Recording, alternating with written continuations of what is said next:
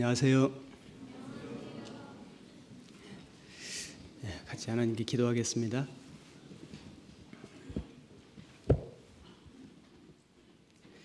우리를 죄와 사망과 심판의 권세에서 구원해 주신 우리 하나님 아버지 정말 감사합니다. 하나님을 알지 못하고 이 세상 가운데 죄악 가운데 방황하며 살던 저희들을 하나님께서 먼저 사랑해 주심으로 십자가의 보혈로 우리를 구원하시고 아무 값 없이 공로 없이 하나님의 거룩한 자녀로 삼아 주셨습니다.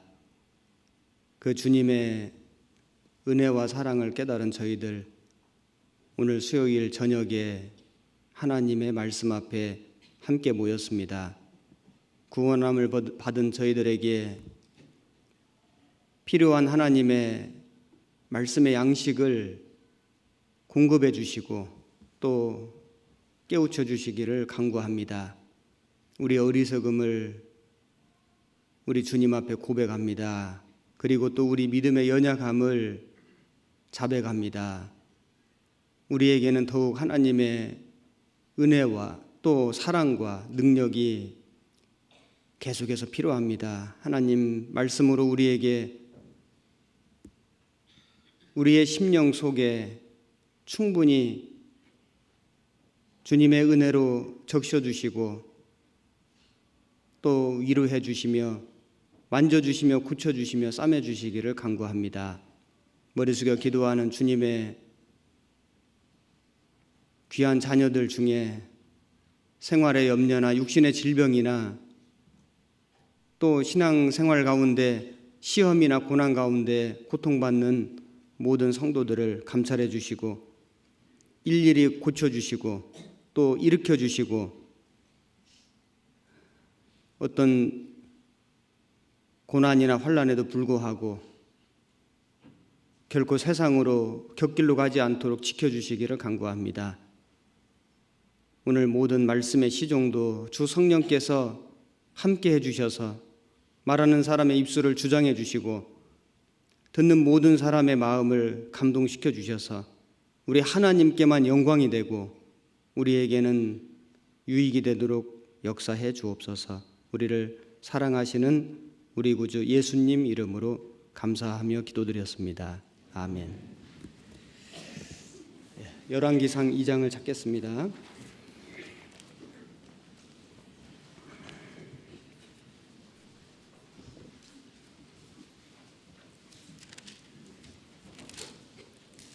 구약성경 510페이지 열왕기상 2장 1절입니다.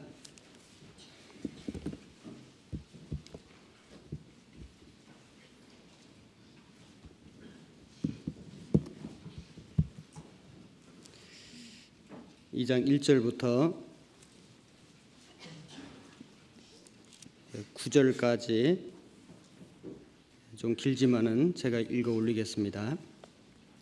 다윗이 죽을 날이 임박하매 그 아들 솔로몬에게 명하여 가로되 내가 이제 세상 모든 사람의 가는 길로 가게 되었노니 너는 힘써 대장부가 되고 내 하나님 여호와의 명을 지켜 그 길로 행하여 그 법률과 계명과 율례와 증거를 모세의 율법에 기록된 대로 지키라.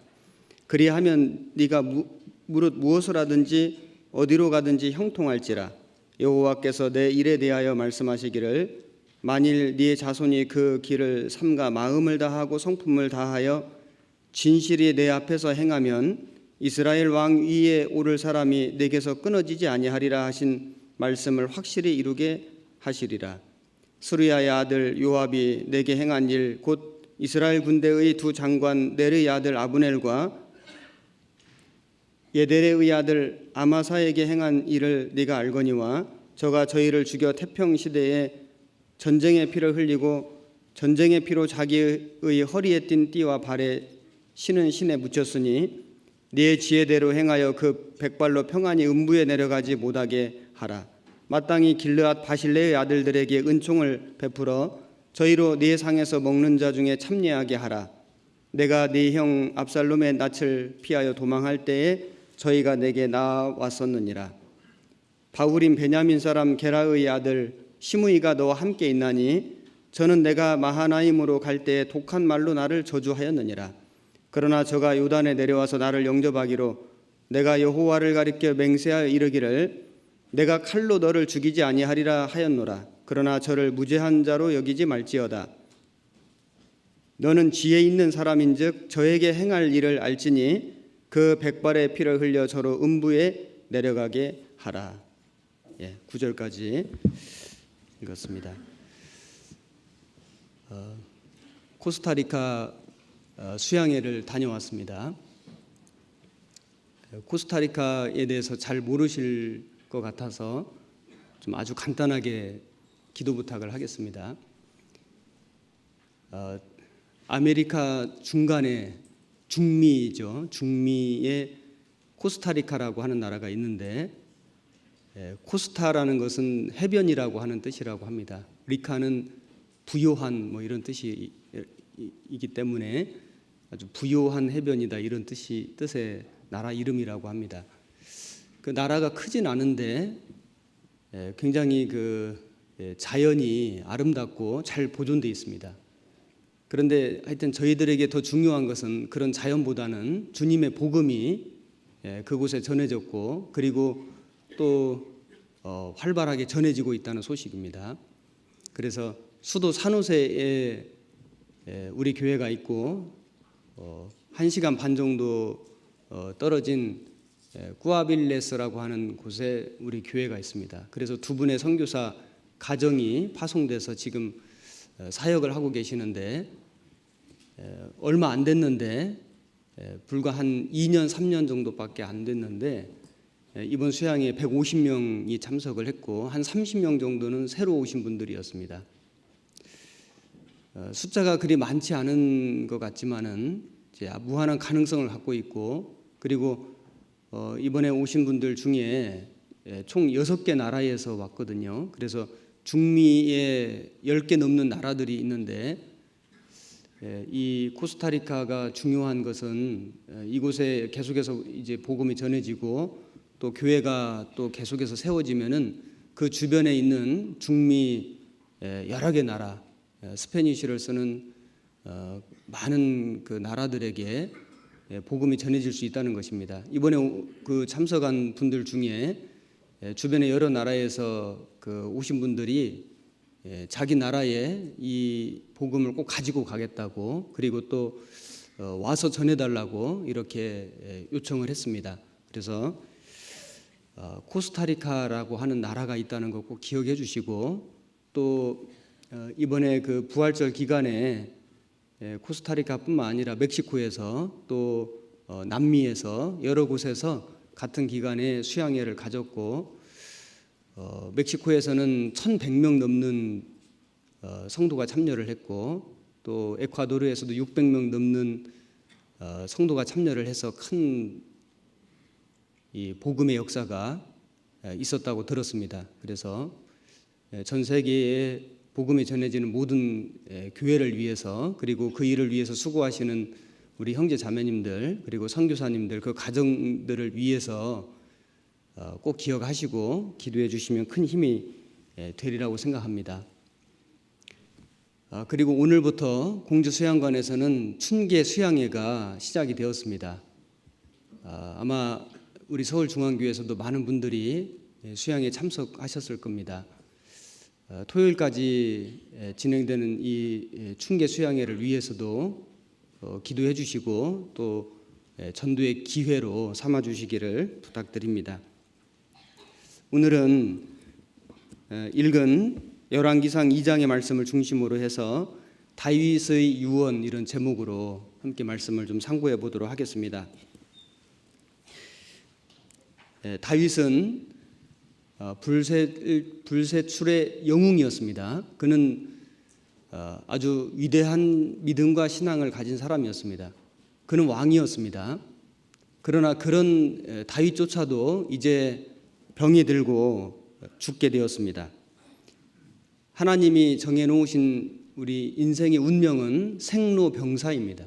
태어나고 늙고 병들고 죽습니다.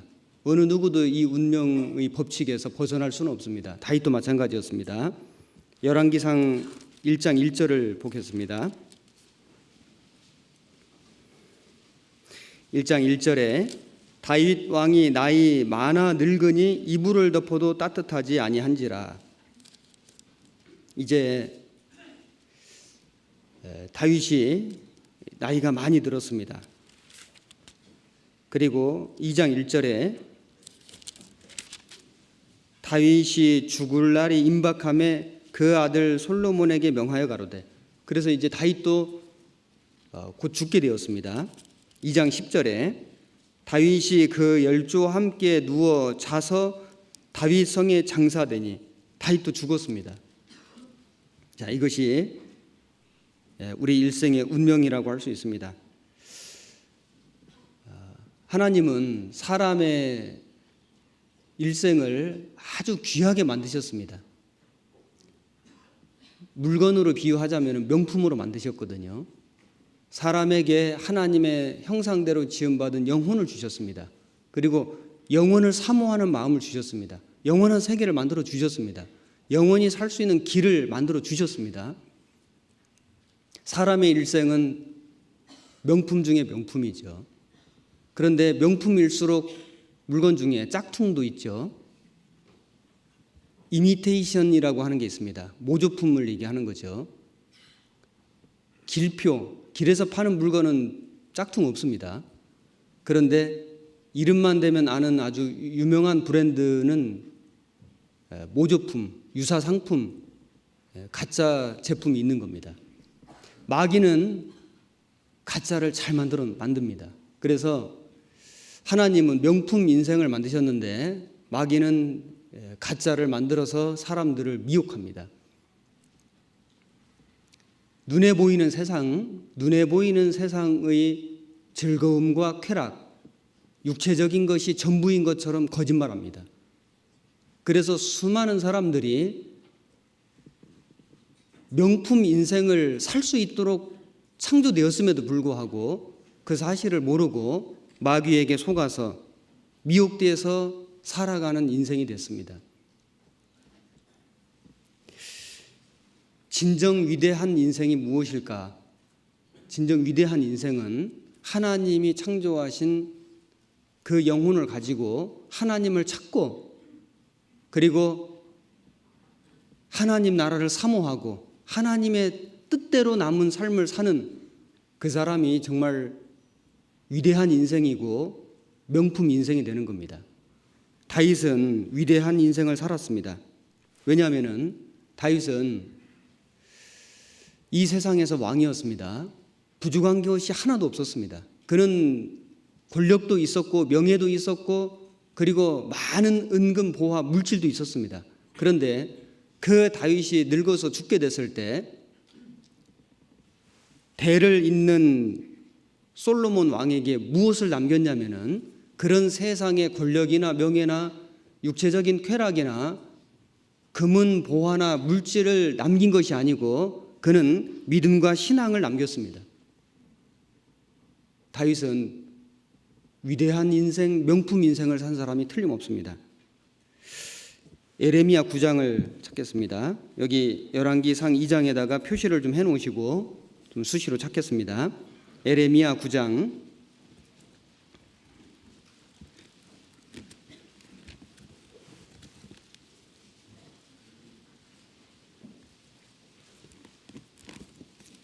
23절입니다.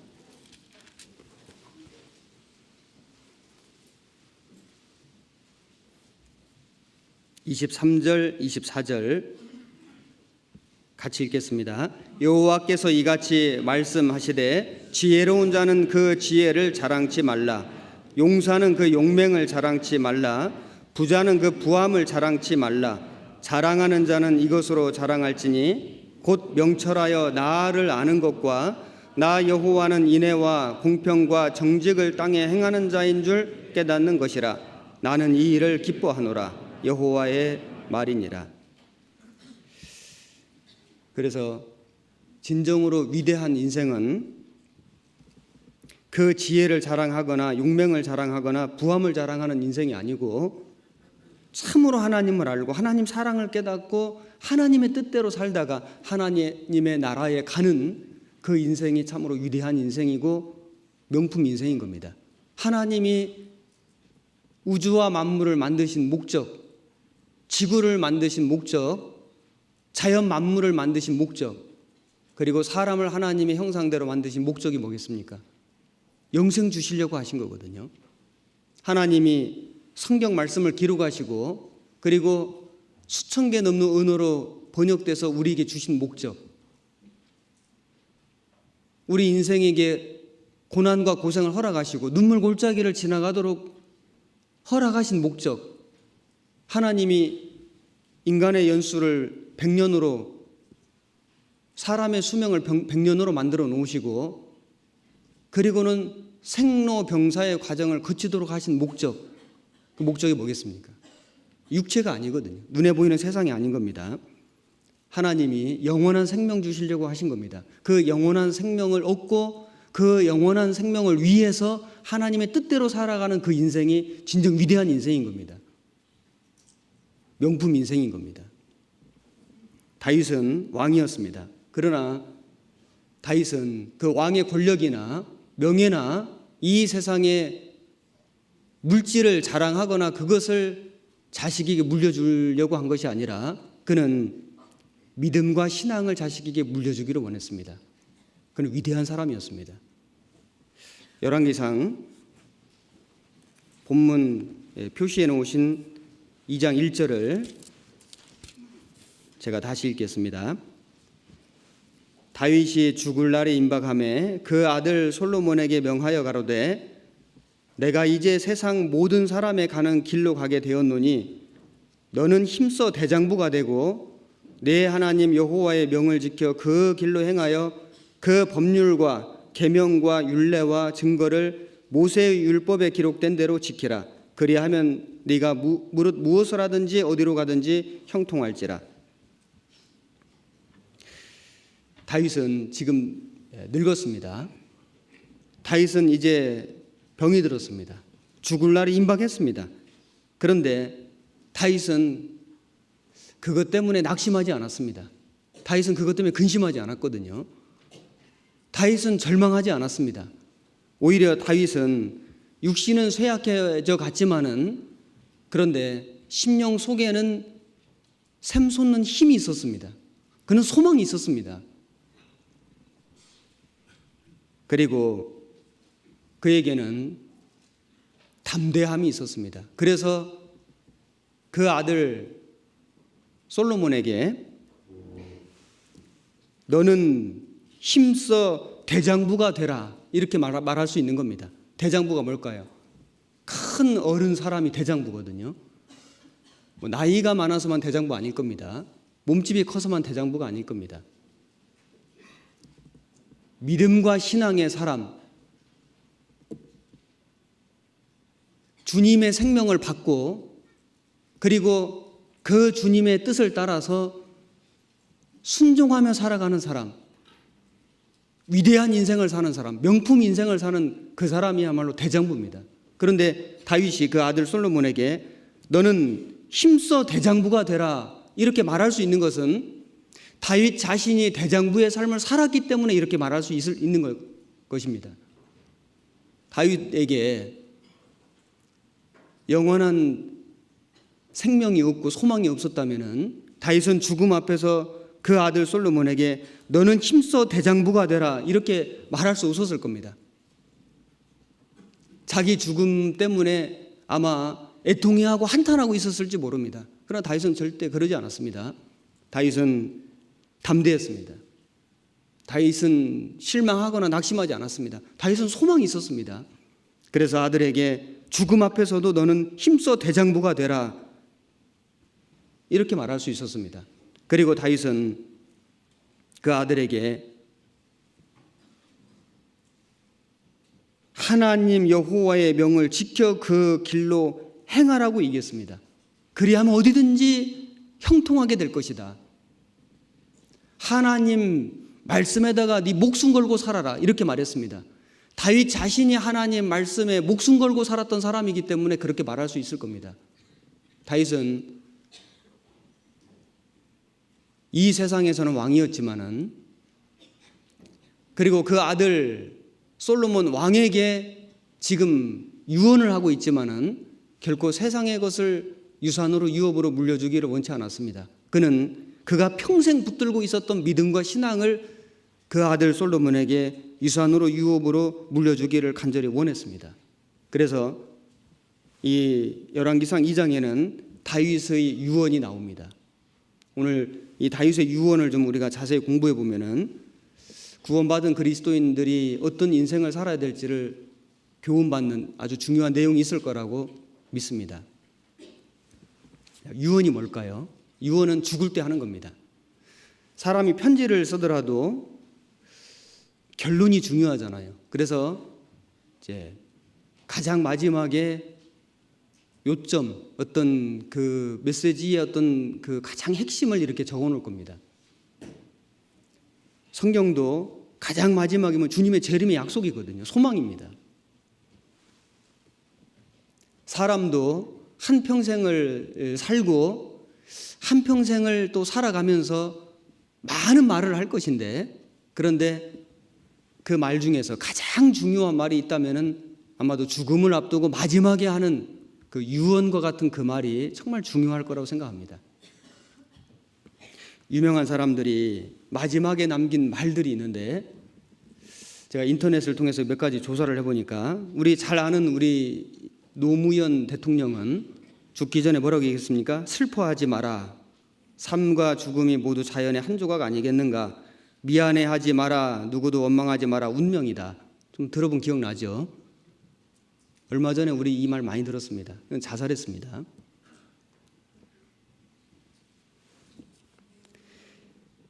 중광 스님이라는 분이 있는데 걸레 스님이라고도 하고 좀 미친 이 짓을 좀 많이 하는 그런 스님이었는데, 그의 묘비에 이렇게 적혀 있습니다. 에이, 괜히 왔다 간다.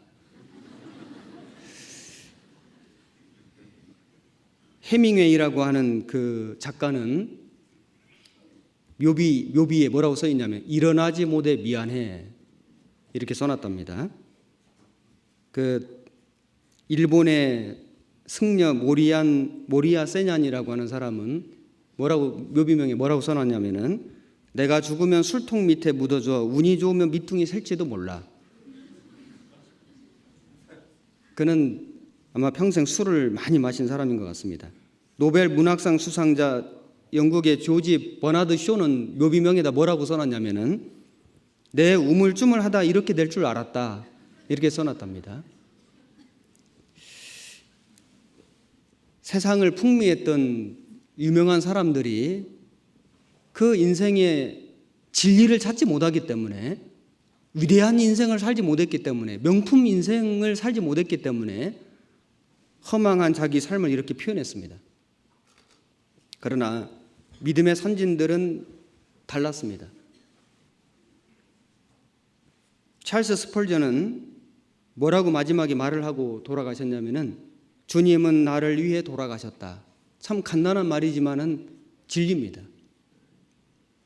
그리고 요한 웨슬레는 이 세상에서 가장 좋은 것은 하나님께서 우리와 함께 계심이라.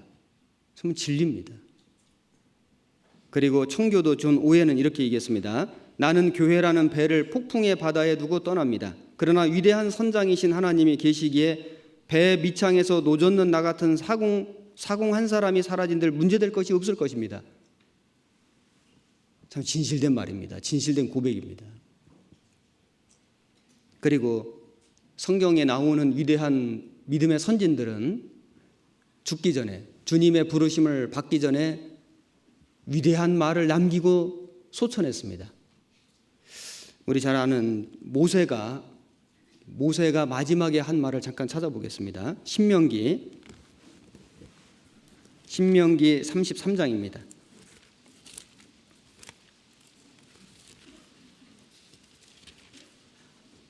(33장) 29절에 구약 성경 318페이지입니다. 33장 29절 한 절만 같이 읽겠습니다. 이스라엘이여 너는 행복자로다. 여호와의 구원을 너같이 얻은 백성이 누구뇨? 그는 너를 돕는 방패시요 너의 영광의 칼이시로다. 내 대적이 내게 복종하리니 네가 그들의 높은 곳을 밟으리로다. 모세가 죽기 전에 이스라엘 자손을 위해서 축복의 노래를 불렀는데 그 중에 마지막 구절입니다. 이스라엘이여 너는 행복자로다. 사실 육신적으로 이스라엘은 행복하지 않았습니다. 이스라엘은 수없이 많은 고난과 고초를 겪었습니다. 그런데 왜 이스라엘이 행복자였습니까? 하나님의 구원을 받았습니다. 우리도 마찬가지죠. 구원받은 그리스도인들이 육신적으로는 세상에서 행복한 사람 아닙니다. 하지만은 하나님은 우리를 너는 행복자로다 이렇게 말씀하십니다. 왜 그렇습니까? 우리는 하나님의 구원을 받았습니다.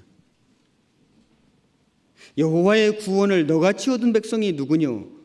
그는 너를 돕는 방패시요 너의 영광의 칼이시로다. 내 대적이 네게 복종하리니 네가 그들의 높은 곳을 밟으리로다.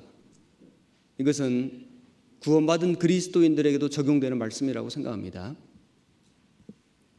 구원받은 그리스도인들은 하나님 보실 때 이 세상의 행복자 맞습니다. 모세는 이스라엘을 행복자라고 말하고는 하나님께 부르심을 받았습니다. 그것이 모세의 유언이었습니다. 여호수아는 이렇게 얘기했습니다. 여호수아 24장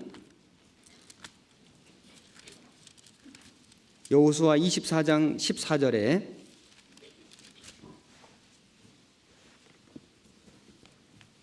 (357페이지입니다) 24장 14절 그러므로 이제는 여호와를 경외하며 성실과 진정으로 그를 섬길 것이라. 너희의 열조가 강 저편과 애굽에서 섬기던 신들을 제하여 버리고 여호와만 섬기라. 만일 여호와를 섬기는 것이 너에게 좋지 않게 보이거든 너희 열조가 강 저편에서 섬기던 신이든지 혹 너희의 거하는 땅 아모리 사람의 신이든지 너희 섬길 자를 오늘날 택하라. 같이 읽겠습니다. 오직 나와 내 집은 여호와를 섬기겠노라. 여호수아는 이렇게 고백하고 주님의 부르심 받았습니다. 오직 나와 내 집은 여호와를 섬기겠노라. 이건 아무나 할 수 있는 말이 아닙니다. 이스라엘은 수없이 우상 숭배에 빠졌습니다. 여호수아는 오직 나와 내 집은 끝까지 여호와를 섬기겠노라. 위대한 인생을 산 사람의 말입니다. 이렇게 말할 수 있는 사람의 삶은 위대한 겁니다. 그리고 24장 22절에 여호수아가 백성에게 이르되 너희가 여호와를 택하고 그를 섬기리라 하였으니 스스로 증인이 되었느니라. 그들이 가로되 우리가 증인이 되었나이다. 여호수아가 가로되 그러면 이제 너희 중에 있는 이방 신들을 제하여 버리고 너희 마음을 이스라엘의 하나님 여호와께로 향하라. 이것이 여호수아의 마지막 말이었습니다. 우상을 버리고 이방 신들을 제하여 버리고 너희 마음을 이스라엘의 하나님 여호와께로 향하라. 이렇게 말할 수 있는 사람은 위대한 사람인 겁니다. 여호수아는 그 마음이 하나님께로 향해 있었습니다. 일편단심이었습니다. 끝까지 그 마음을 지켰습니다. 그는 백성들에게 마음을 하나님 여호와께로 향하라고 말했습니다. 여호수아는 위대한 인생을 산 것이 맞습니다. 명품 인생이었습니다. 예수님은 뭐라고 말씀하셨습니까? 다 이루었다. 예수님은 십자가 위에서 마지막으로 우리의 모든 죄를 깨끗이 씻는 일을, 도말하는 일을, 영원한 속죄를 이루신 일을 다 이루었다고 말씀하시고 돌아가셨습니다. 그것이 십자가에서 주님이 남기신 마지막 말씀이었습니다. 그리고 마태복음에는 내가 세상 끝날까지 너희와 항상 함께 있으리라. 부활하신 주님이 승천하실 때는 땅 끝까지 이르러 내 증인이 되라. 그 말씀 해주시고 승천하셨습니다.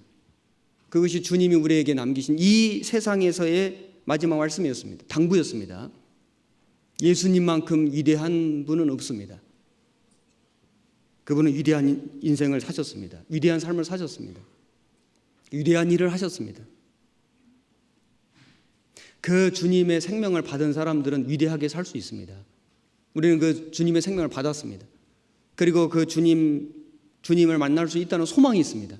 우리는 주님이 맡기신 복음이 있습니다. 주님이 함께 계시는 교회가 있습니다. 우리에게는 위대한 사역이 맡겨져 있습니다. 우리는 정말 위대한 삶을 살 수 있는 사람들입니다. 구원받은 그리스도인들이야말로 명품 인생을 살 수 있는 사람들이라고 할 수 있습니다. 자, 다윗은 크게 두 가지 유형의 유언을 남겼는데, 하나는 하나님에게 대한 유언, 하나님에게 대하여 아들 솔로몬이 하여야 할 일에 대한 유언을 남겼고, 하나는 사람에게 대하여 할 일에 대한 유언을 남겼습니다. 하나님에 대하여 아들 솔로몬이 해야 할 일에 대한 유언이 첫 번째가 말씀드린 것처럼 대장부가 되라. 너는 산의 대장부가 되라. 산의 대장부가 뭘까요? 이 세상에서 큰 일하는 사람이 아니라 참으로 하나님의 말씀에다가 전 생애를 걸고 사는 사람, 그 사람이 대장부라고 얘기했습니다. 끝까지 믿음과 신앙을 지키는 사람. 다윗은 위대한 유언을 남긴 겁니다. 그리고 다윗이 사람에게 대한 솔로몬이 행하여야 할 일에 대한 유언을 남겼는데, 그 내용을 보면은 하나님에 대하여 반역을 한 사람, 그 사람들을 처단하라고 얘기를 했습니다. 그리고 하나님의 일을 끝까지 도운 사람, 그 사람에게 상을 주라고 얘기했습니다. 다윗은 상벌을 확실하게 했다고 할 수 있습니다. 그 모습은 주님의 일을 하고 주님을 위해서 끝까지 살아간 사람에게 하나님이 아주 철저하게 갚아주실 것을 말씀해 주는 거라고 할 수 있습니다. 열왕기상 2장 다시 보겠습니다.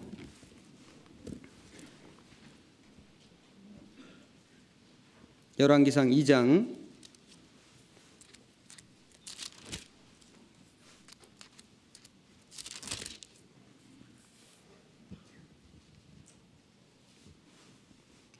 4절입니다. 여호와께서 내 일에 대하여 말씀하시기를 만일 네 자손이 그 길을 삼가 마음을 다하고 성품을 다하여 진실이 내 앞에서 행하면 이스라엘 왕위에 오를 사람이 내게서 끊어지지 아니하리라 하신 말씀을 확실히 이루게 하시리라. 그래서 아들 솔로몬이 대장부가 되고 하나님 말씀에 목숨을 걸고 살아간다면은 하나님께서 그 자손이 그 길을 삼가 마음을 다하고 성품을 다하고 진실이 내 앞에서 행하면은 이스라엘 왕위에 오를 사람이 내게서 끊어지지 아니하리라 말씀을 확실히 이루게 하시리라. 하나님이 하신 모든 언약을 그대로 이루어 주실 거라고 약속하신 겁니다. 이것은 솔로몬에 대해서만이 아닐 겁니다. 믿음을 가진 모든 사람에 대해서도 마찬가지일 겁니다. 여기 백만장자, 정말 아주 엄청난 돈을 가진 모르간이라는 사람이 있었는데 그는 금융가였습니다. 그런데 그가 죽기 1년 전에 이미 유언장을 만들어 뒀는데 그 유언장의 내용에 이런 것이 있었답니다. 37개 조항으로 되어 있었는데 그 중에 모르간이 자기 유언장에서 가장 중요하게 생각했던 그 조항은 31조항이었다는 겁니다. 그 31조항에 있는 내용은 이랬습니다. 내 후손들이 어떤 위협과 개인적인 모든 희생을 감수하더라도 오직 우리에게 주어진 예수 그리스도의 보혈을 통하여 죄의 완전한 속죄를 통하여 축복된 교회를 유지하고 지켜나가기를 간구한다. 모르간은 백만장자였습니다. 그는 정말 아주 엄청난 돈을 가진 사람이었는데, 그런데 그가 쓴 유언장 중에 그가 가장 귀하게 여긴 그 내용은 복음에 관한 내용이었다는 겁니다. 17세기에 미국의 아주 경건주의자 조나단 에드워드가 후손들에게 믿음과 신앙을 아주 강조하고 복음을 유산으로 물려줬다는 겁니다. 그래서 그 후손 400명을 조사해 보니까 그 후손 400명 중에서 14명의 대학 학장이 나오고 100명의 목사가 나오고 100명 이상의 법관이 나오고 60명 이상의 의사가 나오고 70명 이상의 작가가 배출됐다는 겁니다. 믿음과 신앙을 가장 소중한 재산으로 여기고 그 후손들에게 마귀가 만든 이미테이션이 아니고 하나님이 주신 그 명품 인생을 그 후손들에게 유산으로 유업으로 물려주기를 원했던 사람들은 아주 훌륭한 자손들을 갖게 됐습니다. 이것이 하나님 법칙일 겁니다. 다윗은 위대한 사람이었습니다. 다윗은 위대한 인생을 살았고 다윗의 유언도 아주 위대한 말이었습니다. 대장부가 되라. 하나님의 말씀에 목숨 걸고 살아라. 그리고 다윗은 상벌을 확실하게 했습니다. 다윗의 유언을 계속 보겠습니다. 2장 5절입니다. 스루야의 아들 요압이 내게 행한 일, 곧 이스라엘 군대의 두 장관 넬의 아들 아브넬과 예데르의 아들 아마사에게 행한 일을 네가 알거니와 저가 저희를 죽여 태평 시대에 전쟁의 피를 흘리고 전쟁의 피로 자기의 허리에 띤 띠와 발에 신은 신에 묻혔으니 내 지혜대로 행하여 그 백발로 평안히 음부에 내려가지 못하게 하라. 자, 여기 다윗이 사람에 대한 유언 중에 첫 번째가 요압에 대한 유언입니다. 요압은 다윗의 조카였습니다. 요압은 아주 용맹한 사람이었습니다. 그는 장수였습니다. 그래서 군대 장관이었습니다. 여기 줄을 넣어 놓으시고 역대상 11장을 찾아보겠습니다.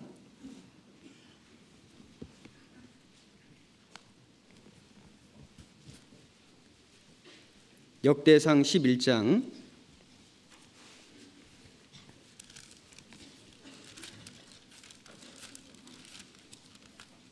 4절입니다.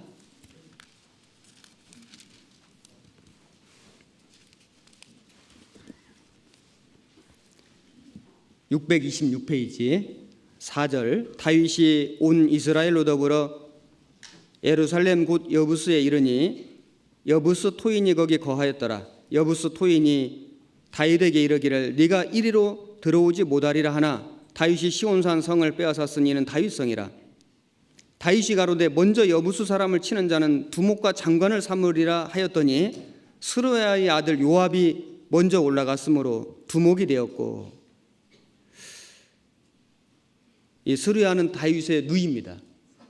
누이 아들이기 때문에 조카였거든요. 그런데 요압이 먼저 올라갔으므로 요압은 용맹했습니다. 용감했습니다. 그는 장수였습니다. 그래서 군대 장관이 됐습니다. 그런데 요압은 자기 생각과 고집이 많았던 사람입니다. 자, 요압은 다윗의 신하가 됐습니다. 신하였기 때문에 마땅히 그 군주, 그 왕 다윗의 명령에 절대 복종해야 될 사람인 겁니다. 그런데 이 요압은 인간적인 감정과 복수심 때문에 다윗의 명령을 거역하기를 여러 번 했습니다. 요압이 죽인 사람이 여러 사람 있는데 그 중에 첫 번째가 아브넬입니다. 아브넬은 사울 왕의 군대 장관이었습니다. 사울이 죽었고 그 사울의 아들 무비보셋을 왕으로 세웠습니다. 아브넬이 아들 이스보셋을 왕으로 세웠습니다. 그런데 이 아브넬하고 이 사울의 아들 이스보셋하고 갈등이 생겼습니다. 그래서 아브넬이 이스라엘 족속들을 데리고 다윗 왕에게 항복하기로 결심했습니다. 그래서 다윗 왕을 찾아왔거든요. 다윗 왕이 그것을 받아들였습니다. 그런데 요압이 전쟁 나갔다가 뒤늦게 돌아와서 그 사실을 알게 된 겁니다. 아브넬이 다윗 왕에게 왔다가 이제 무사히 돌아갔다는 소식을 듣게 된 겁니다. 요압이 분노했습니다. 왜냐하면 이 아브넬이 이 요압의 동생 아사헬을 전쟁터에서 죽인 사람입니다. 자기 동생을 전쟁터에서 죽였거든요. 그래서 개인적인 감정이 있었습니다. 복수심이 있었습니다. 그래서 다윗 모르게 사람을 보내가지고 돌아가는 아브넬을 다시 불렀습니다. 불러가지고 말하려는 것처럼 하고는 칼로 배를 찔러 죽였습니다. 아주 비겁하게 죽였습니다. 다윗은 아브넬의 항복을 받아서 이스라엘을 통일하려는 계획을 갖고 있었습니다. 그것이 하나님의 뜻이었습니다. 그런데 요압은 하나님의 뜻이라든지 또 나라의 번영이라든지 자기 군주 왕의 생각은 돌아보지 않았습니다. 그는 오직 개인적인 감정에 충실했습니다. 그는 자기 복수심대로 행하였습니다. 사무엘 하를 찾겠습니다.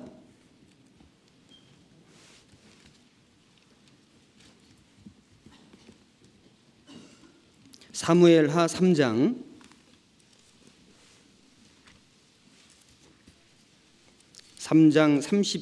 26절입니다.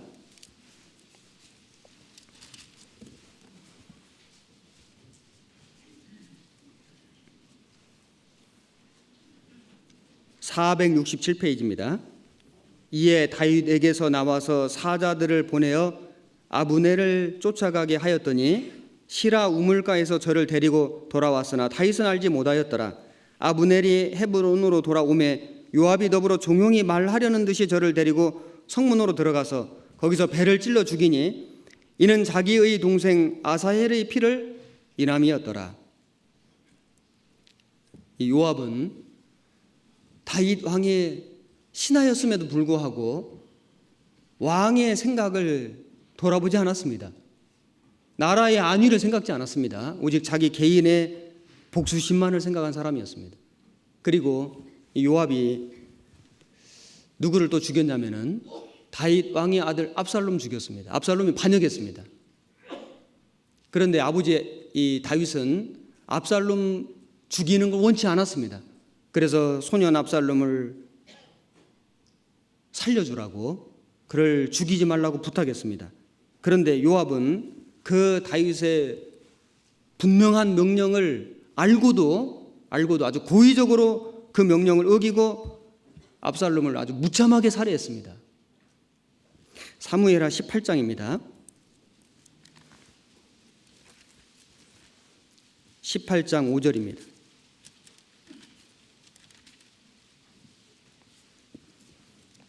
(492페이지) 왕이 요압과 아비새와 이때에게 명하여 가로되 나를 위하여 소년 압살롬을 너그러이 대접하라 하니 왕이 압살롬을 위하여 모든 군장에게 명령할 때 백성들이 다 들으니라. 비록 아들 압살롬이 반역은 했지만은 아버지 다윗은 압살롬 죽이는 거 원치 않았습니다. 아들이 반역하는 것을 아버지 목전에서 본다는 건 정말 비참한 일이었습니다. 엄청난 상처였습니다. 이건 배신 중에 배신이었습니다. 그럼에도 불구하고 다윗은 자식을 긍휼히 여기는 마음이 있었습니다. 자식을 돌이키려는 마음이 있었습니다. 소년 압살롬을 너그러이 대접하라. 그래서 명령할 때 백성들이 다 들으니라.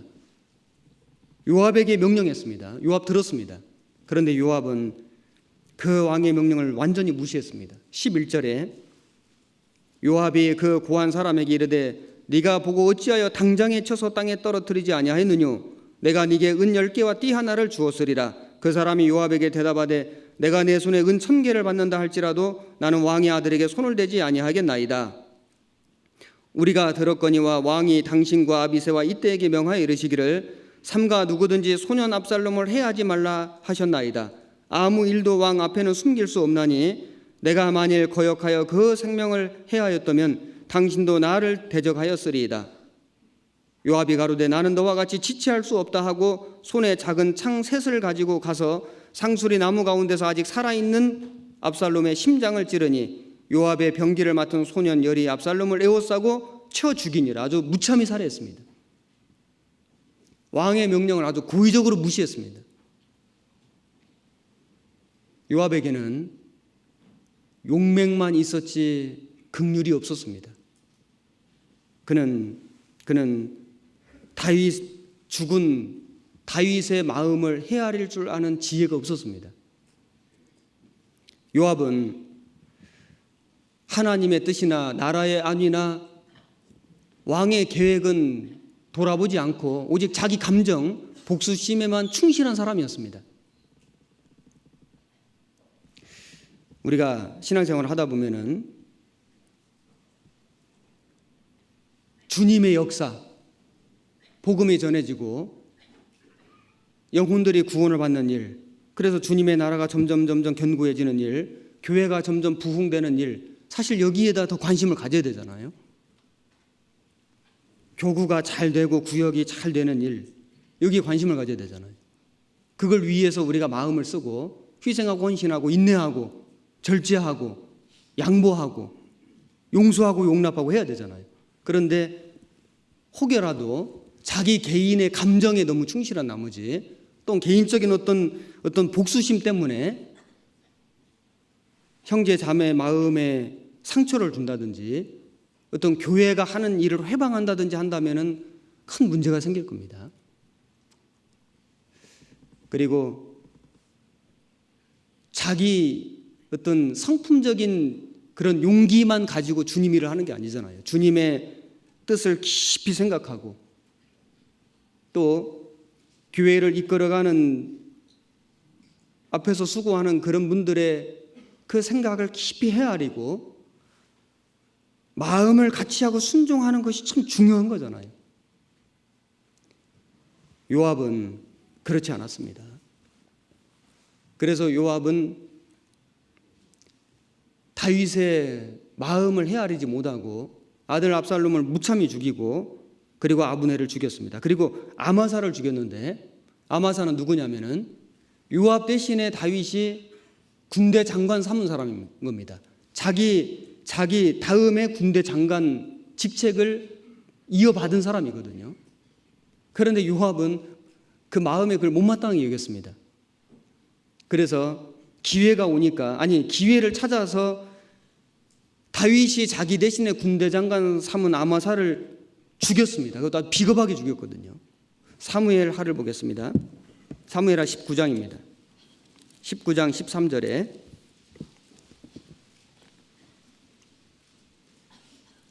너희는 또 아마사에게 이르기를 너는 내 골육이 아니냐 네가 요압을 대신하여 항상 내 앞에서 군장이 되지 아니하면 하나님이 내게 벌 위에 벌을 내리시기를 바라노라 하셨다 하라 하여. 자, 그래서 이 아마사를 요압 대신에 군대 장관을 삼았습니다. 사무엘하 20장 10절에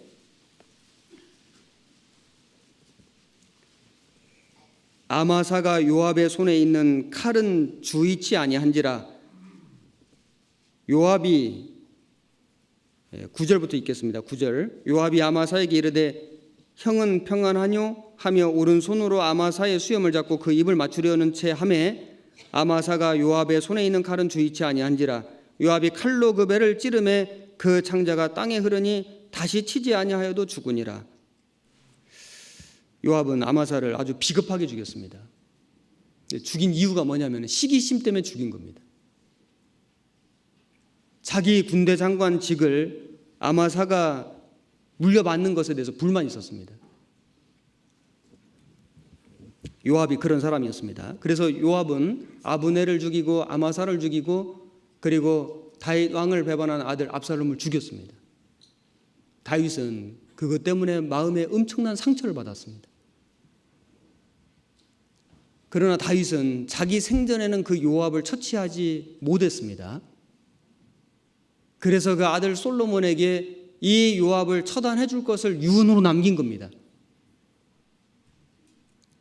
다윗이 요압을 처단하지 않은 이유가 있습니다. 이 요압은 제어하기가 힘든 사람이었습니다. 쉽게 제어가 안 되는, 말을 잘 안 듣는 사람인 겁니다. 무슨 짓을 할지 모르는 겁니다. 이 요압이 결정적으로 죄를 지었는데 압살롬 다음에 또 아들, 다윗의 다른 아들 아도니아가 반역했습니다. 반역할 때 이제 아예 이 요압이 아도니아 편에 딱 붙어버렸습니다. 이제는 불순종 정도가 아니고 이제 아예 반역하는 길에 가담해버렸습니다. 죄라고 하는 것은 갑자기 큰 죄를 짓는 게 아니거든요. 죄라고 하는 것을 짓고 이렇게 해서 계속 반복하고 하다 보면은 이제 간이 커져가지고 나중에는 아주 엄청난 죄를 짓는 겁니다. 아도니아가 반역할 때 요압은 아도니아 편에 딱 붙어버렸습니다. 열왕기상 1장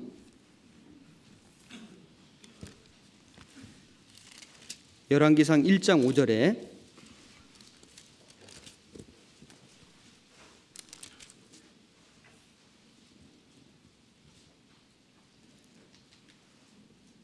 (508페이지입니다) 때에 학기스의 아들 아도니아가 스스로 높여서 이르기를 내가 왕이 되리라 하고 자기를 위하여 병거와 기병과 전배 50인을 예비하니 저는 압살롬의 다음에 난 자요 채용이 심히 준수한 자라.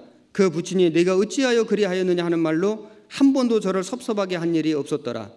아도니아가 스루야의 아들 요압과 제사장 아비아달과 모이하니 저희가 쫓아 도우나 제사장 사독과 여호야다의 아들 브나야와 선지자 나단과 시므이와 레이와 다윗에게 속한 용사들은 아도니아와 같이 하지 아니하였더라.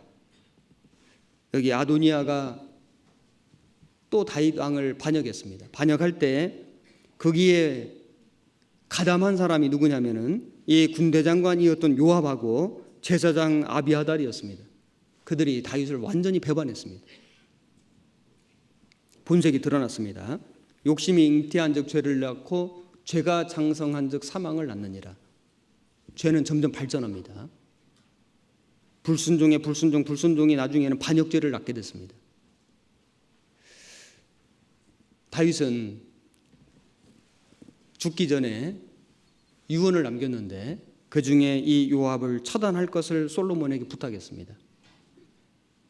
요압은 시작은 좋았던 사람이었습니다. 그는 정말 용맹했습니다. 전쟁에서 수없이 많이 승리했습니다. 다윗의 군대 장관이었습니다. 그는 정말 위대한 인생을 살 수도 있었습니다. 명품 인생을 살 수 있었습니다. 그런데 요압의 말로는 아주 비참했습니다. 그는 심판받았습니다. 하나님은 요압이 어떤 사람인지를 정확히 아셨습니다. 다윗도 알았습니다. 그래서 하나님의 때까지 기다렸다가 심판을 하도록 한 겁니다. 하나님은 모르시는 것이 아닙니다. 이 요압이 마음속에 자기 생각과 자기 고집이라는 것을 계속 가지고 있었습니다. 그래서 때로는 용감했지만은 항상 자기 생각과 자기 이 고집을 가지고 있었기 때문에 자기 군주 왕 다윗의 말에 순종 안 했습니다. 그는 아주 자기 감정에 충실한 사람이었고 그리고 복수심에 찬 사람이었습니다. 결국에는 솔로몬이 이제 아버지의 뜻을 따라서 아도니아를 쫓아서 반역한 이 요압을 죽입니다. 그는 비참하게 죽었습니다. 열왕기상 2장 31절에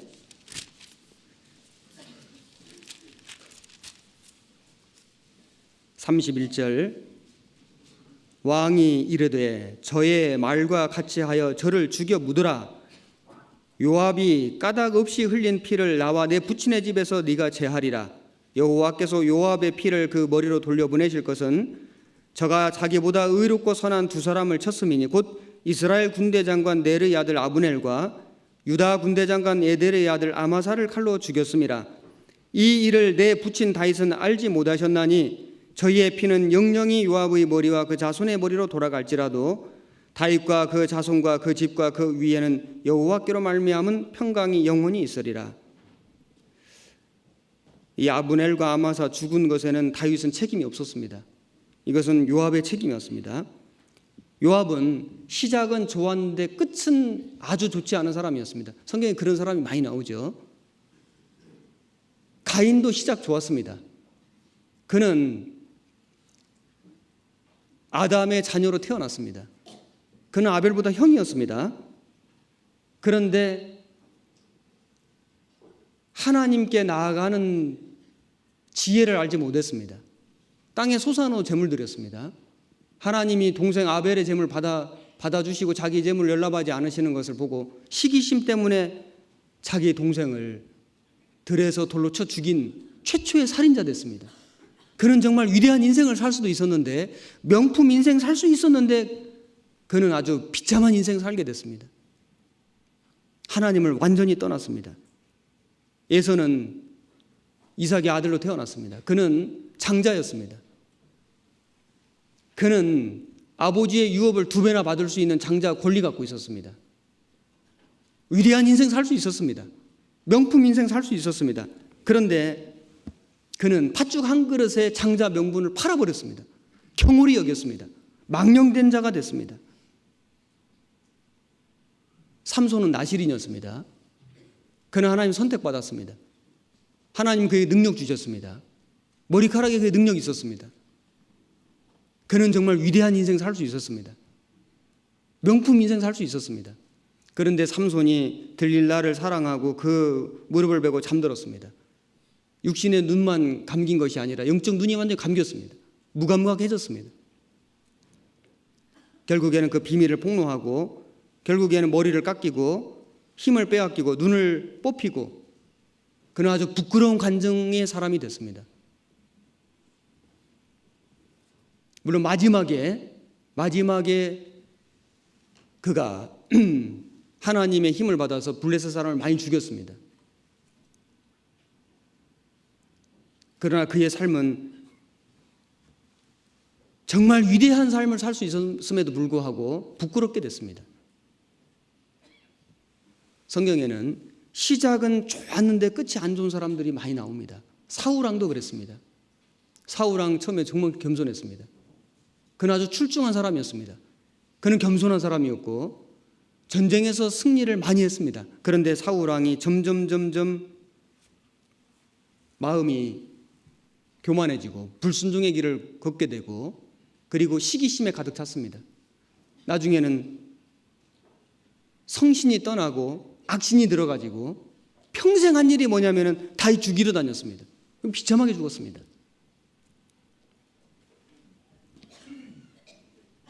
히브리서 11장은 믿음의 장인데, 믿음의 장에 나오는 사람들의 공통점은 끝이 좋은 사람들이거든요. 우리가 신앙의 처음도 중요하잖아요. 신앙의 과정도 중요하죠. 더 중요한 것은 신앙의 마지막입니다.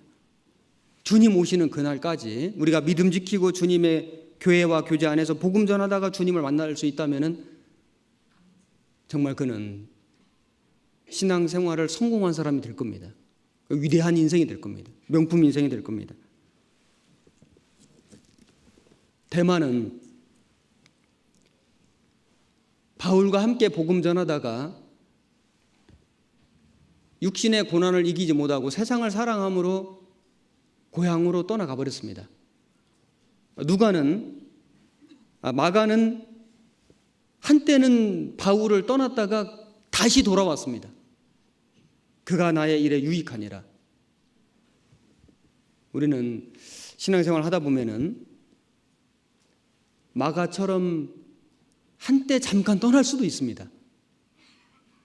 그런데 대마처럼 영영이 떠나가는 사람이 아니라 잠깐은 떠났을지라도 다시 돌아와서 주님 복음에 쓰임받는 사람이 되어야 됩니다. 그러다가 주님 만나는 그런 인생이 되어야 됩니다. 사도 바울도 마찬가지였습니다. 바울 시작은 좋지 않았습니다. 그는 사울이었습니다. 주님의 교회를 핍박하는 사람이었습니다. 그런데 사울이 바울이 됐습니다. 그는 정말 주님의 복음을 위해 살았고 복음을 위해서 죽었습니다. 위대한 인생 됐습니다. 명품 인생이 됐습니다. 마지막이 중요한 겁니다. 그리고 요압은 사람 앞에서는 인정과 칭찬을 많이 받는 삶을 살았지만은 주님 앞에서는 상과 영광이 없는 삶이었습니다. 사무엘하를 보면은 다윗의 용사들이 쭉 나오는데 다윗의 용사들의 이름을 보면은 요압의 형제들도 나옵니다. 그리고 심지어는 요압의 병기 잡은 사람도 나옵니다. 그런데 요압이 없습니다. 사무엘하를 보겠습니다. 사무엘하 23장입니다.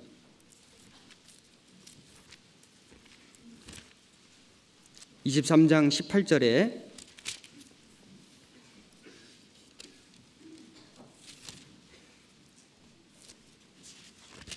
(23장 18절) 505페이지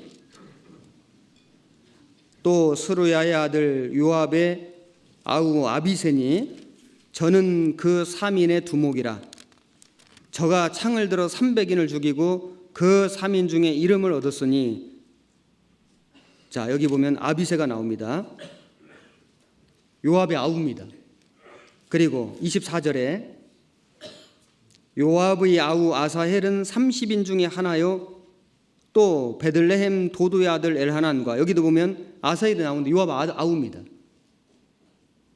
다윗의 용사 중에 이름이 올라갔습니다. 그리고 37절에 암몬 사람 셀렉과 스루야의 아들 요압의 병기 잡은 자 부에로 사람 나하레와 여기 요압이 병기 든 사람 이름까지 나옵니다. 그런데 요압이 없습니다. 요압은 사람 앞에서는 인정을 받고 칭찬을 받고 무수히 많은 전쟁에서 승리했습니다. 그는 정말 용맹한 사람이었고 장수였습니다. 그러나 하나님 앞에서는 영광과 상급이 없는 인생이 됐습니다. 우리는 요압과 같은 인생이 되면 안 되잖아요. 사람 앞에서는 인정받고 칭찬받고 세상에서는 큰 일을 많이 하고 이름을 날렸을지 모르지만 주님 앞에 가서 상급과 영광이 없는 사람이 된다면 위대한 인생이 안 될 겁니다. 위대한 인생은 이 세상에서는 무명한 사람처럼 살지라도 사람에게는 인정과 칭찬을 좀 적게 받을지라도 주님 앞에 가서 상급과 영광을 크게 받는 사람, 사람을 기쁘시게 하는 사람이 아니라 하나님을 기쁘시게 하는 삶을 살 수 있다면 그는 정말 위대한 인생이 될 겁니다. 명품 인생이 될 겁니다. 그리고 이 요압은 결정적으로 다윗 왕에게 다루기 힘든 사람이었습니다. 그런 존재였습니다. 사무엘하 3장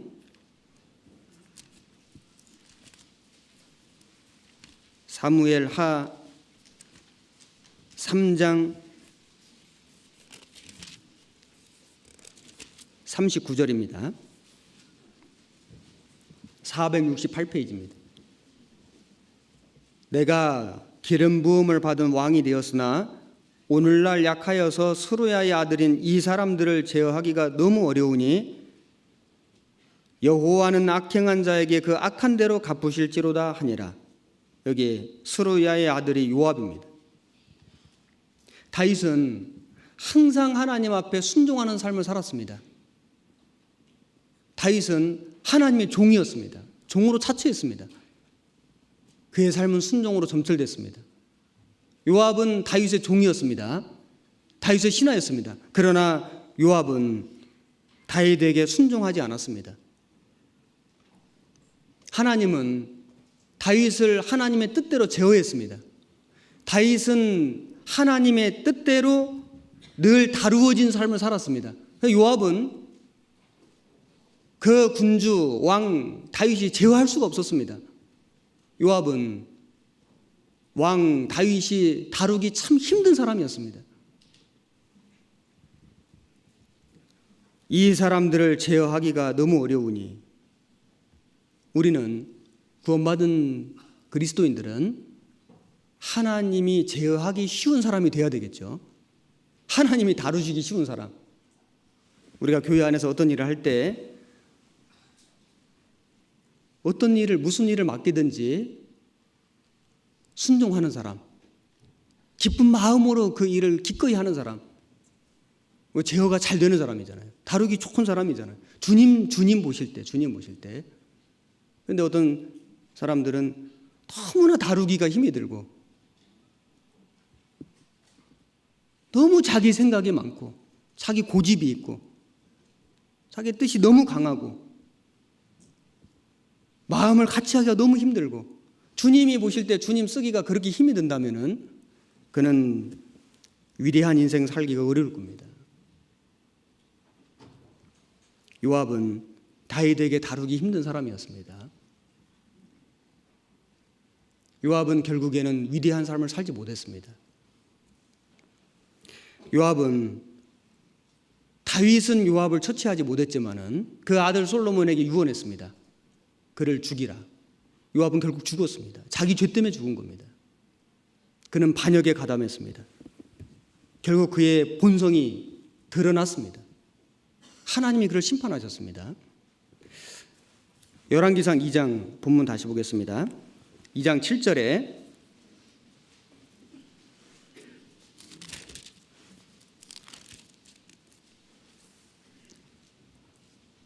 열왕기상 2장 7절 마땅히 길르앗 바실레의 아들들에게 은총을 베풀어 저희로 네 상에서 먹는 자 중에 참여하게 하라. 내가 네 형 압살롬의 낯을 피하여 도망할 때에 저희가 내게 나왔었느니라. 여기 바실레의 아들들을 왕자 대접해 주라고 얘기를 했습니다. 왕의 상에서 먹는 자 중에 참여하게 하라. 왕자 대접해 주라는 겁니다. 바르실레가 무슨 일을 하였길래 다윗 왕은 아들 솔로몬에게 이렇게 유언했을까요? 다윗이 압살롬 반역했을 때 예루살렘 성에서 쫓겨 도망 나갔습니다. 정말 맨발로 도망 나왔습니다. 먹을 게 아무것도 없었습니다. 비참했습니다. 그 다윗과 신복들을 위해서 바르실레가 엄청난 이 음식과 필요한 물건들을 가지고 영접했습니다. 바르실레는 정말 진심으로 다윗을 사랑한 사람이었습니다. 그는 나이가 많았습니다. 사무엘하 17장을 보겠습니다.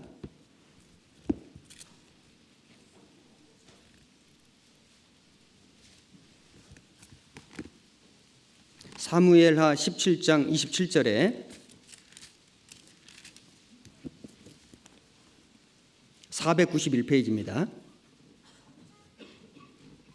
다윗이 마하나임에 이르렀을 때 암몬 족속에게 속한 라빠 사람 나하스의 아들 소비와 로데발 사람 암미엘의 아들 마길과 로글림 길르앗 사람 바르실레가 침상과 대야와 질그릇과 밀과 보리와 밀가루와 볶은 곡식과 콩과 팥과 볶은 녹두와 꿀과 뻐더와 양과 치슬을 가져다가 다윗과 그 함께한 백성으로 먹게 하였으니 이는 저희 생각에 백성이 들에서 시장하고 고나고 목마르겠다 함이더라.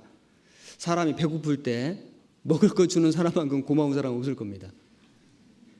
바르실레는 다윗과 신복들이 굶주릴 때 그리고 정말 마음이 비통할 때 음식으로 위로했습니다. 그리고 마음으로 위로했습니다. 큰 힘이 됐습니다. 사람이 진정한 친구가 뭐냐면은 좋을 때 친구 말고 참으로 어려울 때, 참으로 고난당할 때, 공경에 처할 때 돕는 그 친구가 진짜 친구인 겁니다. 예수님은 죄인의 친구이셨습니다. 예수님 우리 친구가 되어주셨습니다. 우리가 정말 비참한 운명에 처해졌을 때, 우리가 죄인 되었고 지옥 갈 수밖에 없는 그 운명에 처해졌을 때 주님은 기꺼이 이 세상에 오셨습니다. 우리를 위해서 십자가에 죽기까지 하셨습니다. 주님은 우리를 친구 삼아 주셨습니다. 옛날에 어느 집에 아버지와 아들이 있었는데 아들이 자꾸 나쁜 친구 사귀는 겁니다. 방탕한 길로 가는 겁니다. 그래서 아버지가 이 아들을 깨우쳐 주기 위해서 돼지 한 마리를 죽여가지고 이제 지게 짊어지게 했습니다. 아들로 하여금 짊어지게 했습니다. 그리고 아들에게 말했습니다. 네가 가장 좋아하는 가장 친한 친구 집에 한번 가보자. 아들은 자신 있었습니다. 왜냐하면 정말 친한 친구거든요. 어떤 위기에서도 내 편 들어줄 거라고 믿었습니다. 아들 친구 집에 갔습니다. 그 아들 짊어진 지게에는 돼지가 죽어가지고 피가 흐르고 있었습니다. 아버지가 말했습니다. 아들 친구에 말했습니다. 여보게, 우리 아들이 실수해가지고 사람을 죽였는데 이를 어쩌나 우리 아들 좀 한 번만 숨겨주게. 그러자 그렇게 친하다고 믿었던 그 친구, 아들 친구가 정색하면서 나는 그렇게 할 수 없노라고 하고 외면해 버렸습니다. 아들이 아주 실망했습니다. 아버지가 말했습니다. 내 친구 집에 한번 가보자. 그리고 이제 아들로 그 지게를 지게하고 아버지 친구 집에 갔습니다. 아버지 친구가 나왔습니다. 여보게, 내가 그만 실수해서 사람을 죽였는데 어쩌나 나를 좀 숨겨주게. 아버지 친구가 어쩌다가 그런 일이 생겼냐고 그러면서 얼른 들어오라고 이렇게 자기 집에 숨겨주는 그걸 이제 아들이 본 겁니다. 아들이 너무 부끄러웠습니다. 아버지가 말했습니다. 여보게, 이것은 사람이 아니고 돼지라네. 그래서 그날 돼지 잡아 잔치했답니다.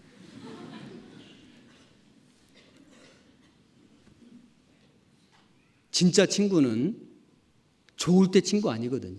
좋을 때 누구나 친구 될 수 있습니다.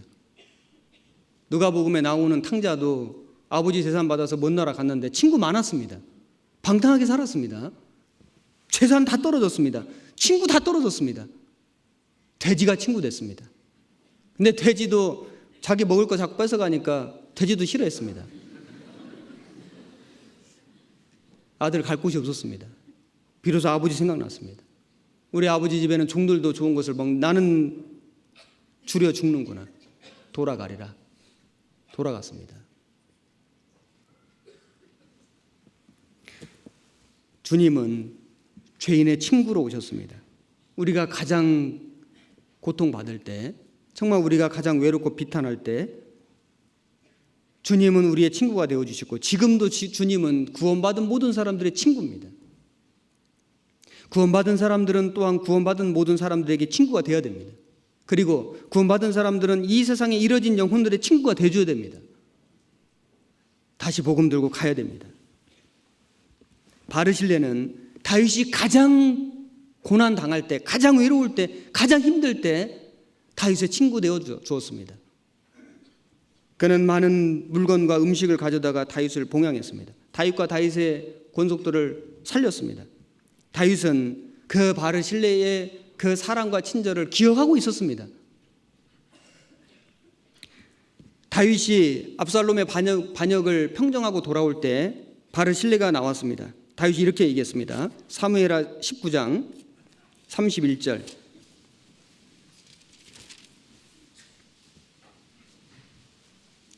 길르앗 사람 바르실레가 왕을 보내어 요단을 건네려고 로글림에서 내려와서 함께 요단에 이르니 바르실레는 매우 늙어 나이 80세라. 저는 거부인구로 왕이 마하나임에 유할 때 왕을 공귀하였더라.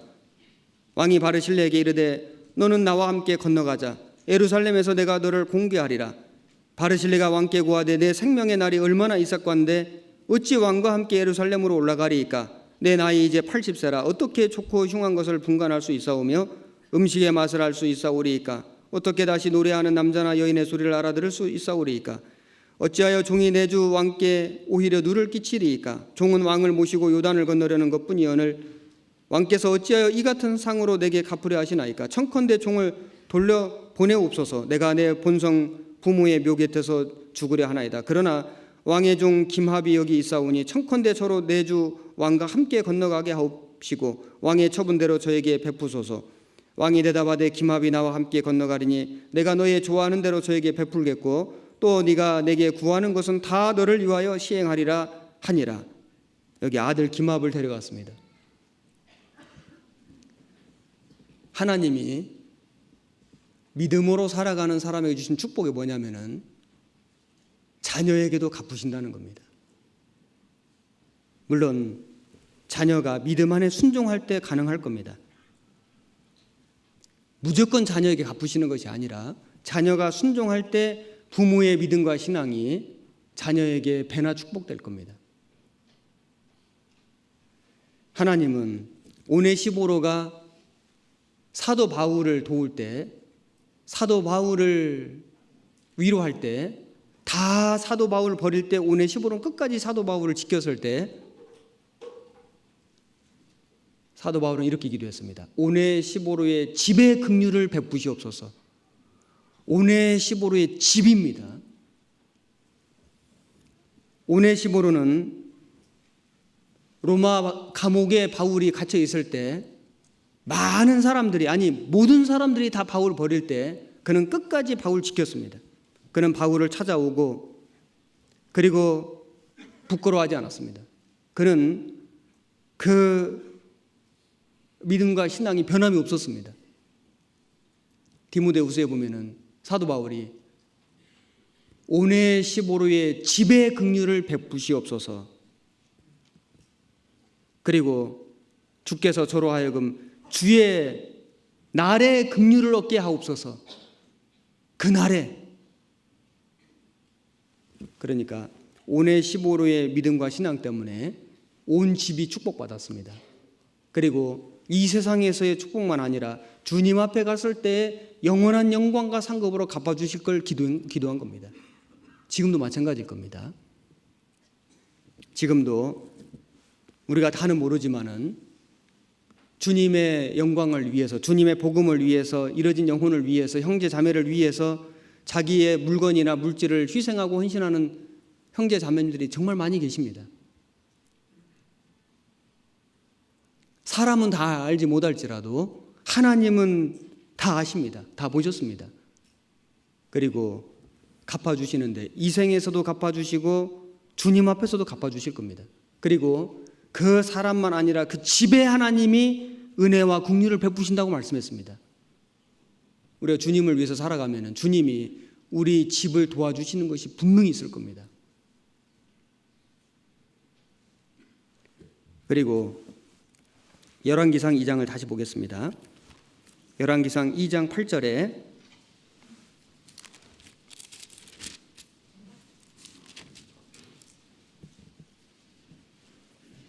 바후림 베냐민 사람 게라의 아들 시므이가 너와 함께 있나니 저는 내가 마하나임으로 갈 때 독한 말로 나를 저주하였느니라.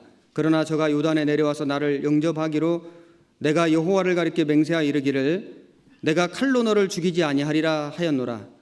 그러나 저를 무죄한 자로 여기지 말지어다. 너는 지혜 있는 사람인즉 저에게 행할 일을 알지니 그 백발의 피를 흘려 저로 음부에 내려가게 하라. 자, 여기 이제 다윗 왕의 유언 중에서 사람에 대한 유언 중에 마지막에 시므이입니다. 시므이가 압살롬이 다윗을 반역할 때, 그래서 다윗이 예루살렘 성에서 쫓겨 도망갈 때 시므이가 아주 독한 말로 다윗을 저주했습니다. 비루한 자여 비루한 자여 가거라 가거라. 아주 이 시므이가 사람이 할 수 없는 말로 왕 다윗을 아주 심하게 저주했습니다. 그때 아비새는 뭐라고 얘기했냐면은, 아비새는 왕이여 저 시므이를 당장 죽입시다. 당장 죽입시다. 아비새는 아주 분노했습니다. 그러지 않겠습니까? 아무리 왕이 반역을 당했다 할지라도 지금 아들 압살롬이 그놈이 반역을 해가지고 그렇게 마음이 아픈데, 그런데 그 시므이마저도 그렇게 독한 말로 다윗을 비방하고 저주할 때 얼마나 가슴이 아팠겠습니까? 아비새는 당장 죽입시다. 요즘 우리 시대는 조급한 시대입니다. 어떤 일을 하고 결과를 당장 보기를 원합니다. 그리고 어떤 감정의 반응이 굉장히 빠릅니다. 이 최근에요, 사람들이 분노 조절 장애라는 걸 겪는다는 겁니다. 분노 조절 장애. 그래서 화를 못 참는 겁니다. 아마 이 뭐 뉴스에서 많이 보셨을 겁니다. 어떤 사람이 자기 차를 추월하니까 무기 들고 와서 막 차 훼손하고 사람을 주차를 했는데 좀 빼달라 그러니까 빼달라고 한 사람을 그냥 차로 몰고 와서 들이받는 거 혹시 보셨습니까? 요즘에는 차 빼달라고 할 때도 좀 잘 봐가면서 해야 됩니다. 차 추월도 좀 봐가면서 잘하고, 무슨 짓을 할지 모르겠습니다. 사람들이 너무 분노 조절이 안 돼가지고, 그래서 평상시는 그렇게 점잖고 자기 일에 성실했던 사람인데 그 사람이 그런 일을 할 줄을 모르는, 자기 자신도 자기가 그렇게 할 줄을 몰랐던 겁니다. 요즘 우리 시대는 정말 사람의 감정도 예측이 안 되는 시대가 맞습니다. 어쨌든 아비새는 분노했습니다. 당장 죽이자고 말했습니다. 그런데 다윗은 그러지 않았습니다. 하나님이 시므이의 입을 통해서 내게 말씀하셨을 수 있다고 얘기했습니다. 다윗은 믿음의 사람이었습니다. 그는 아주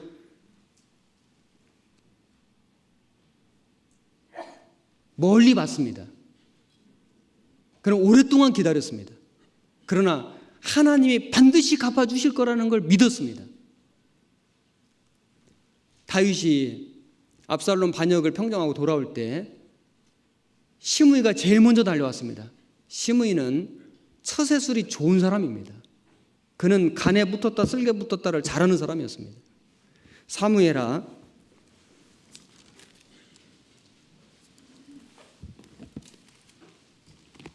사무엘하 19장입니다.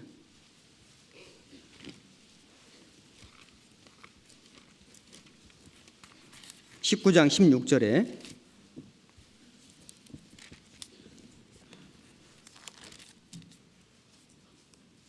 (495페이지입니다) 바후림에 있는 베냐민 사람 게라의 아들 시므이가 급히 유다 사람과 함께 다윗 왕을 맞으러 내려올 때에 베냐민 사람 1,000명이 저와 함께하고 사울의 사환 시바도 그 아들 15과 종 20명으로 더불어 저와 함께하여 요단강을 밟고 건너 왕의 앞으로 나아오니라. 왕의 가족을 건네려 하여 왕의 선이 여기는 대로 쓰게 하려 하여 나룻배가 건너가니 왕이 요단을 건너려 할 때 게라의 아들 시므이가 왕의 앞에 엎드려 왕께 고하되 내 주여 원컨대 내게 죄 주지 마옵소서.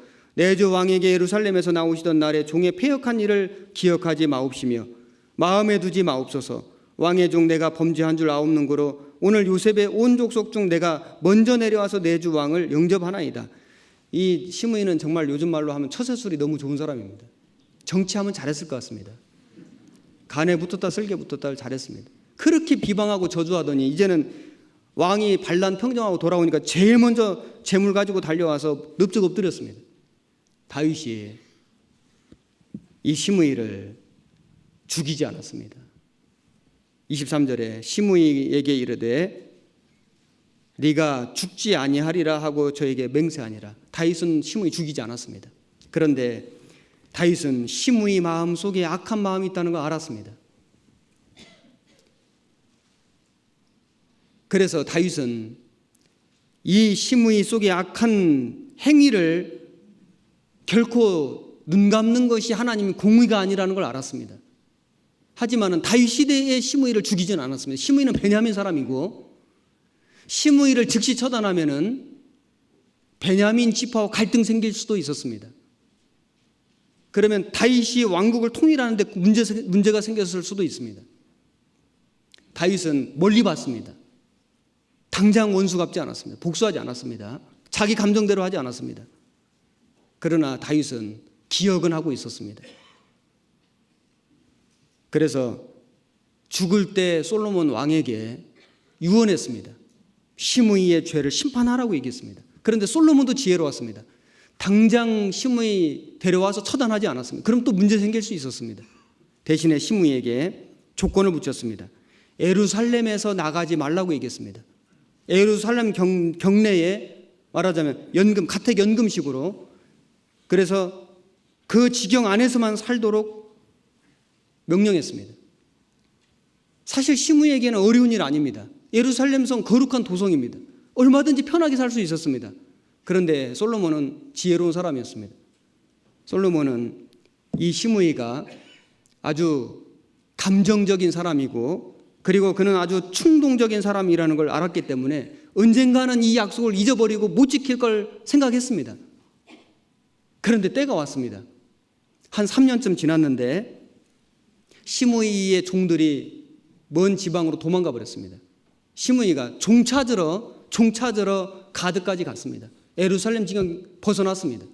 그래서 종을 결국 찾아왔습니다. 종은 찾아왔는데 자기 목숨은 잃었습니다. 그는 아주 감정적인 사람이고 충동적인 사람이었습니다. 그는 스스로 살 길이 주어졌는데도 불구하고 죽는 길을 선택했습니다. 그는 참으로 어리석은 인생이 됐습니다. 비참한 인생을 살았습니다.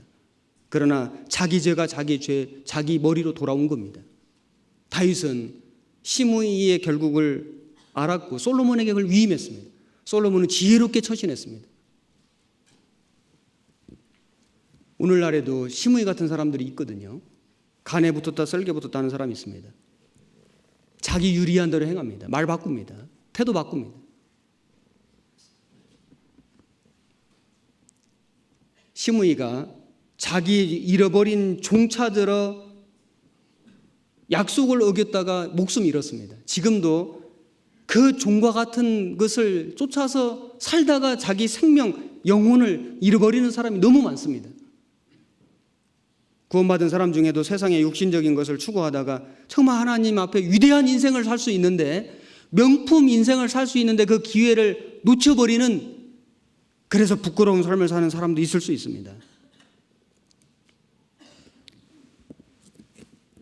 열왕기상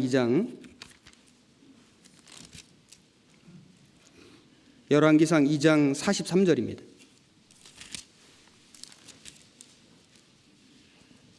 네가 어찌하여 여호와를 가리켜 한 맹세와 내가 네게 이른 명령을 지키지 아니하였느냐?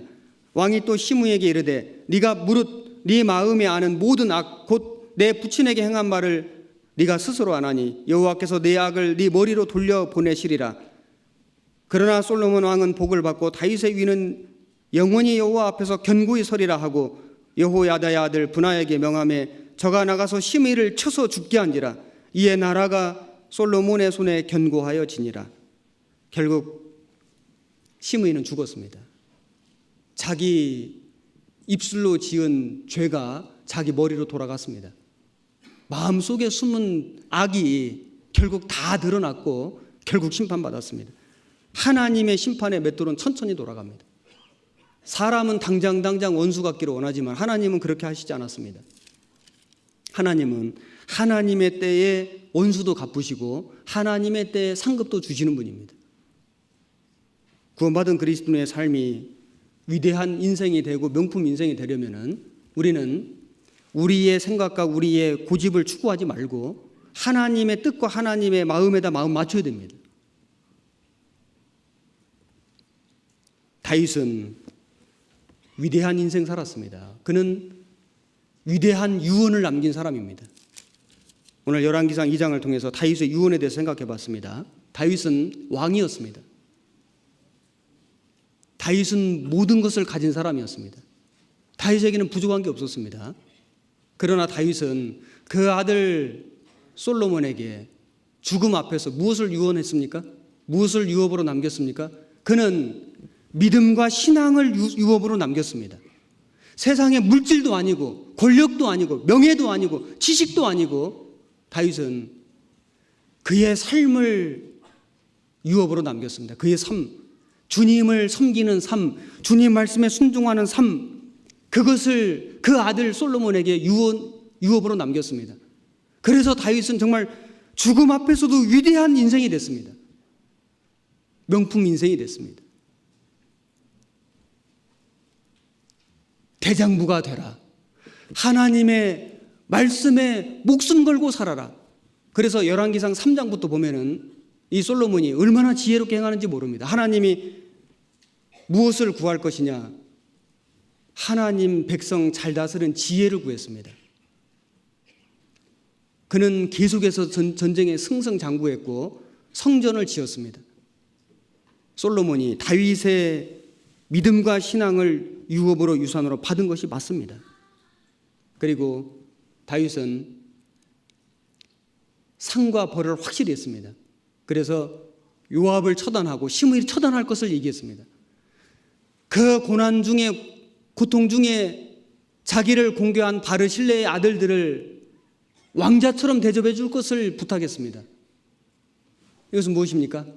하나님이 사람의 인생을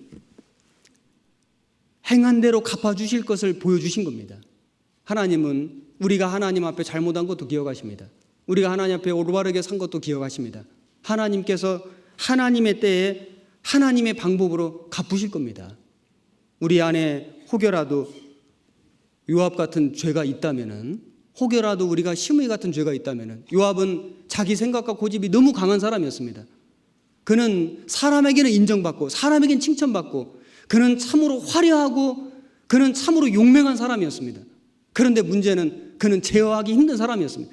다윗이 다루기 힘든 사람이었습니다. 그는 순종하지 않는 사람이었습니다. 시므이는 간신배였습니다. 시므이는 인간적인 처세술만 강한 사람이었습니다. 능숙했습니다. 하나님은 요압과 같은 사람, 시므이 같은 사람 위대하게 만들지 않습니다. 하나님은 그런 죄가 있다면 그걸 심판하실 겁니다. 바르실레는 정말 고난 중에, 고생 중에, 고통 중에 있는 다윗을 공개하고 진심으로 대했습니다. 오네시보로의 지배 긍휼을 베푸신 것처럼 바르실레의 지배 하나님이 긍휼을 베푸셨습니다. 지금도 마찬가지일 겁니다. 그래서 오늘 다윗의 유언에 대해서 우리가 교훈을 받았습니다. 기도하겠습니다.